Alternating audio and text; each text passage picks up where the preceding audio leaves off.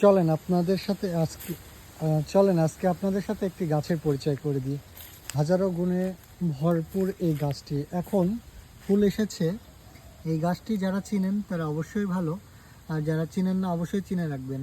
এটা গ্রাম্য ভাষায় বলা হয় দাঁতনের গাছ বা দাঁত মাজনের গাছ।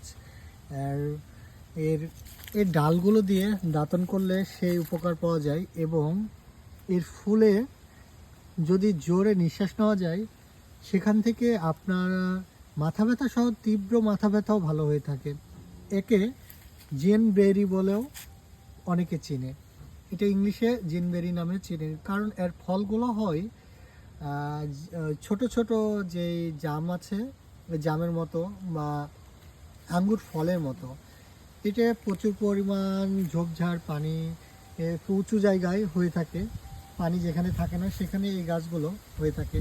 অনেক গুণে সম্পূর্ণ ভরা এই গাছটির পাতাগুলো দেখে বুঝতে পারছেন এটা পোকাতে আক্রমণ করছে। এটা অনেকে মনে করে যে এই গাছটা থাকলে সাপ আসে না, এই গাছটা থাকলে সাপ ওঠে না, কিন্তু এটা কতটা বৈজ্ঞানিকভাবে প্রমাণিত এটা বলতে পারবো না।